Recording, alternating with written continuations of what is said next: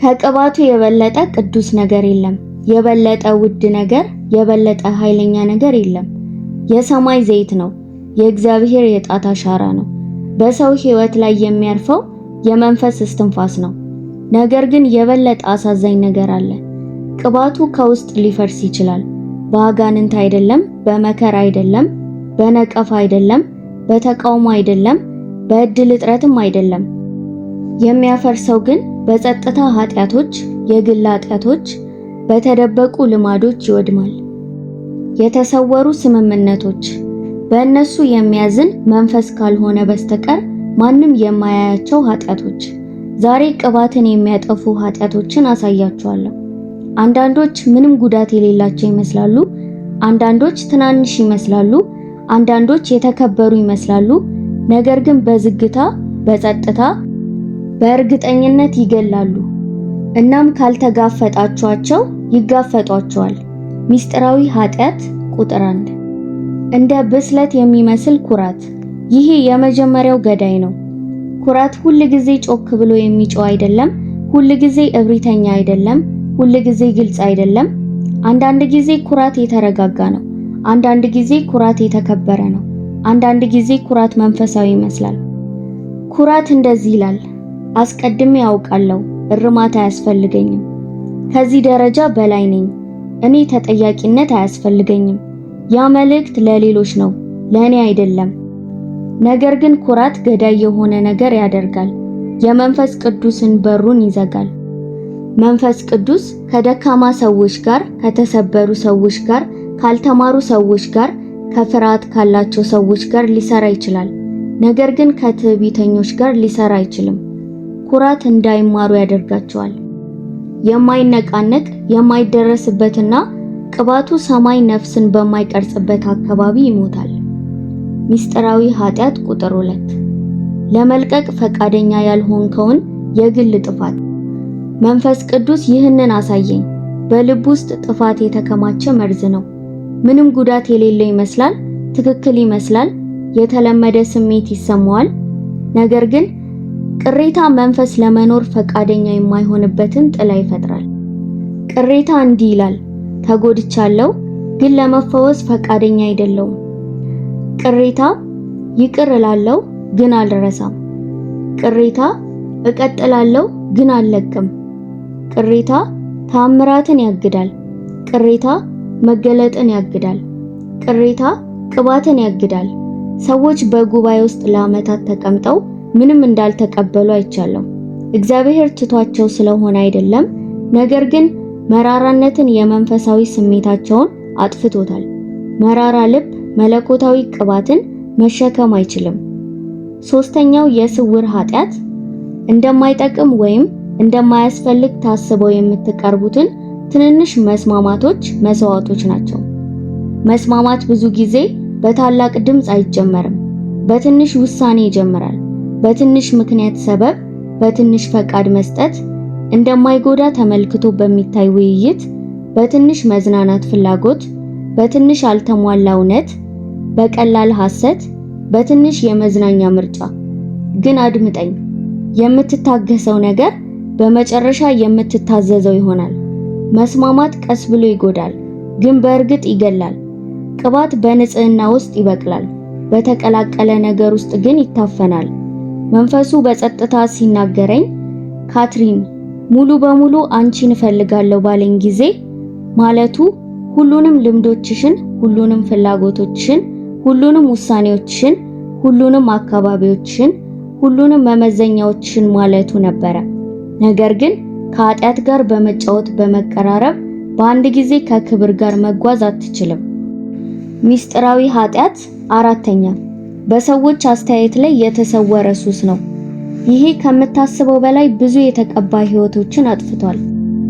ሰዎች እንዲወዱ ፍላጎት፣ እንዲያጸድቁ ፍላጎት፣ ሁሉን ለማስደሰት የምትጥርበት ፍላጎት፣ ለማስደነቅ የምትፈልገው ፍላጎት፣ ከሰዎች ጋር ለመመሳሰል የምትጣጣርበት ፍላጎት፣ ተቀባይነት ለማግኘት የምትገኝበት ፍላጎት፣ በመንፈስ መመራትና በሰዎች አስተያየት መቆጣጠር በአንድ ጊዜ አይቻልም። ጭብጨባን ስትመርጥ ስሜታዊነትን ታጣለህ። ማረጋገጫ ስትፈልግ እምነትህን ታጣለህ። ቀደም ብዬ ቅባት ጠላቶች እንዳሉት ተማርኩኝ። የህዝብ ድጋፍና ይፋዊ ምስጋና ከእነሱ አንዱ ነው።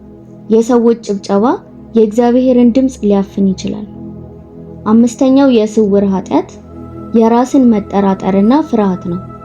ፍርሃት ኃጢአት ነው።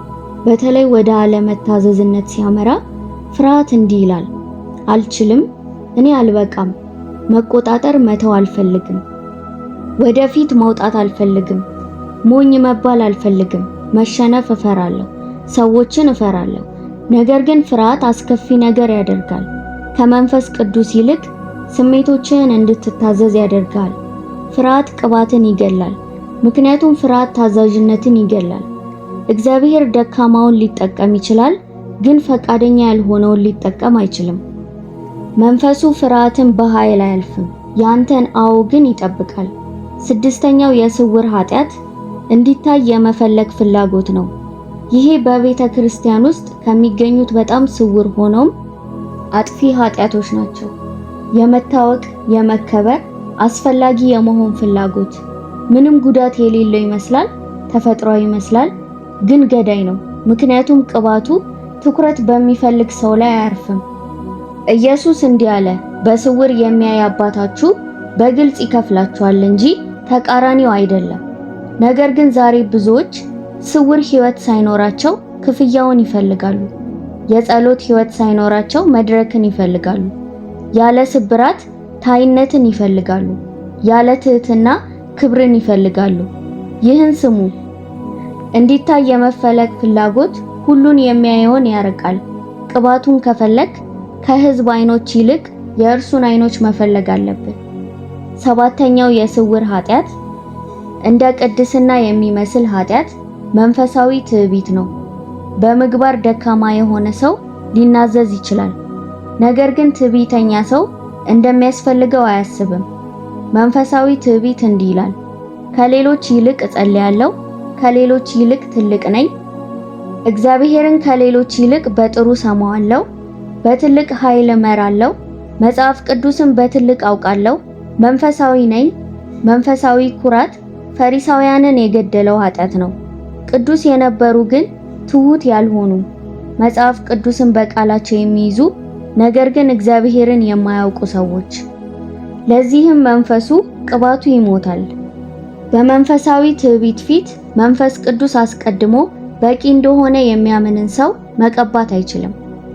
ስውር ኃጢአት ስምንተኛ ሳምሶንን ያጠፋው ኃጢአት እንደ ድክመት የተሸረሸረ ምኞት፣ እንደ ድክመት የተሸፈነ ምኞት። ሰዎች ድክመት ብለው ይጠሩታል፣ እግዚአብሔር ኃጢአት ብሎ ይጠራዋል። በማንኛውም መልኩ ያለው ምኞት ከማንኛውም ኃጢአት በበለጠ ፍጥነት ቅባትን ይገላል። ለምን?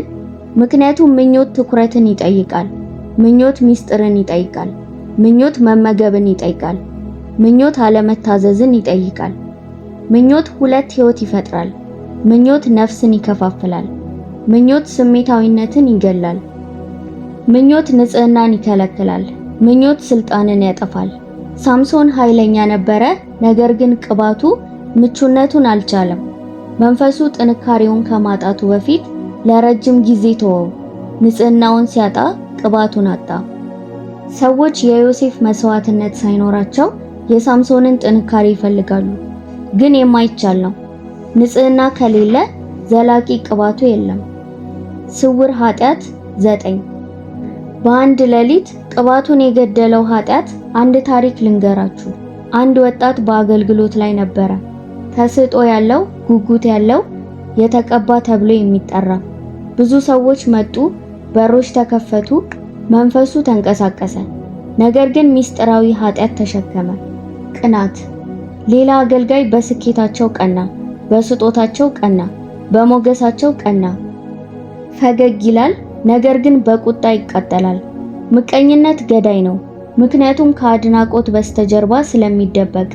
ከጊዜ በኋላ የሱ ምቀኝነት ወደ ንጽጽር ተለወጠ፣ ከተስፋ መቁረጥ ወደ ውድድር፣ ከፉክክር ወደ ምሪት፣ ምቀኝነት ወደ ቁጣ። አንድ ምሽት በኃይለኛ አገልግሎት ወቅት ለማገልገል ቆሞ ምንም አልተከሰተም። ፍሰት የለም፣ መገኘት የለም፣ ድምፁ የለም፣ ቅባት የለም። ሙሉ በሙሉ ጠፋ። ለእኔም በኋላ መንፈሱ ተናገረኝ። ቅናት ያለበትን ልብ አልቀባም። ምቀኝነት ቅባትን ያጠፋል፣ ምክንያቱም ምስጋናን ያጠፋል። የስውር ኃጢአት 9 አለመታዘዝ። ይቅርታ፣ ይሄ ግን ከሁሉም በጣም አደገኛ ነው። ይሄ በጣም ገዳይ ነው። ከአመጽ የሚመጣው አለመታዘዝ ሳይሆን እግዚአብሔር የተናገረውን አውቃለሁ፣ ግን ይሄ ሁኔታ የተለየ ነው። እንድጠብቅ እንደነገረኝ አውቃለሁ፣ ግን ዝግጁ እንደሆንኩኝ ይሰማኛል። ይሄ ስህተት እንደሆነ አውቃለሁ፣ ግን እግዚአብሔር ይረዳል የሚባሉ አለመታዘዞች። መንፈስ ቅዱስ አንድ ጊዜ በለስላሳ በግልጽ በእርጋታ ድምፅ ይናገራል። ከተከራከሩ ዝም ይላል እና ዝምታ ሲመጣ ቅባቱ መፍሰስ ያቆማል። ይሄ ሳኦልን ከዙፋኑ ያስወገደው ኃጢአት ነው። ይሄ ኤሊን ጸጥ ያሰኘው ኃጢአት ነው። ይህም ስፍር ቁጥር የሌላቸውን ጥሪዎች ያጠፋ ኃጢአት ነው። የዘገየ ታዛዥነት አለመታዘዝ ነው። አለመታዘዝ ቅባትን ለመግደል ፈጣኑ መንገድ ነው። ለተወሰነ ጊዜ ቅባት ያጣውበትን ምሽት በእኔ ላይ ደርሶ ነበረ። በአገልግሎቴ መጀመሪያ ላይ አንድ ምሽት ተበሳጭቼ ነበር። በስሜቴ ደክሞኝ ነበር። አንድ ሰው በጥልቅ አስቀይሞኛል። በጣም የምቀርበው ሰው፣ የምተማመንበት ሰው። በደሉን በጸጥታ ተሸክሜዋለሁ። ለነሱ አልተናገርኩም፣ አልተጋፈጥኩትም። ልክ እንደ ቁስል በኮቴ ስር ያስኩት። ከዚያም ፕሮግራሙ ደረሰ። ትልቅ ፕሮግራም የተሞላ አዳራሽ፣ የተራቡ ሰዎች እየጠበቁ ነበር። መጽሐፍ ቅዱሴን በእጄ ይዤ ወደ መድረኩ ሄድኩኝ። በልቤ ግን አጥር ነበረ።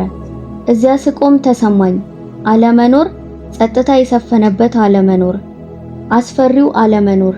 የጩኸት ሳይሆን የእርሱ ነው።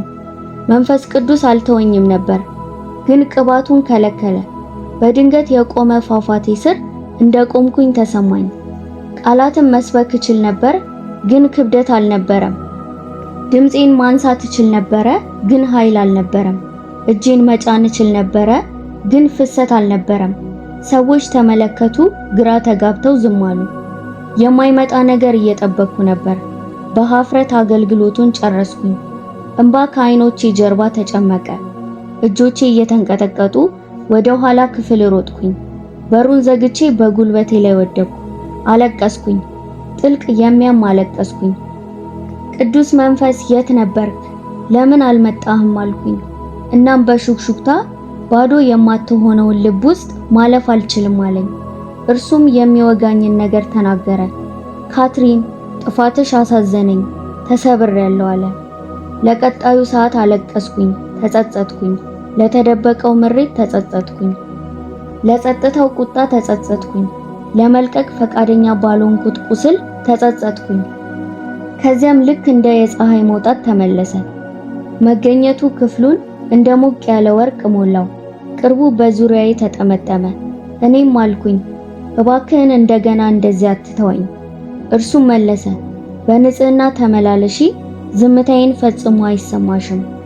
ቅባቱን ያጡና እንዴት መመለስ እንዳለባቸው የማያውቁ ብዙ አገልጋዮች አሉ። ባዶ ኃይል የሚሰብኩ አገልጋዮች አሉ። በደረቁ ከንፈሮች የሚጸልዩ አማኞች፣ ያለ እንባ የሚዘምሩ አምላኪዎች፣ እሳት የሌላቸው መሪዎች፣ ያለምንም መገኘት ሰራተኞች። ቅባቱን አጥተዋል። በይፋ ሳይሆን በድብቅ ነው። ግን መልሶ መቋቋም ሁል ጊዜ ይቻላል። መንገዱ ቀላል ግን የሚያም ነው።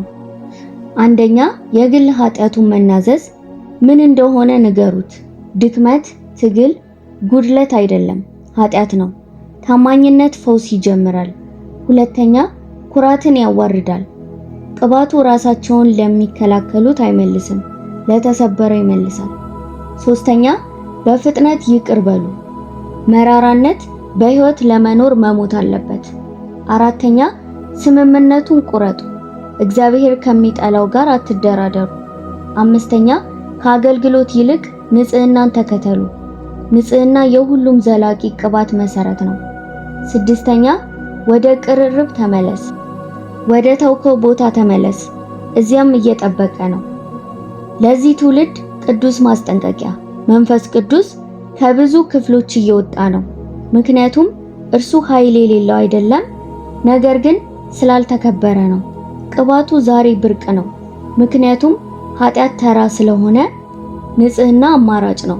ቅድስና ጊዜው ያለፈበት ነው። ስምምነት ይከበራል። ታዛዥነት ለድርድር የሚቀርብ ነው።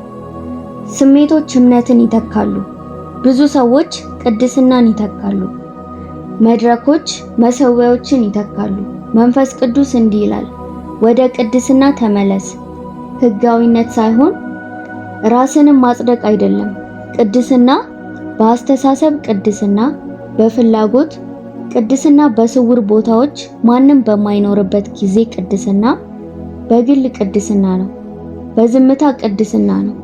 ቅድስና አንድ አካባቢ አለው፣ ንጹህ ልብ ነው።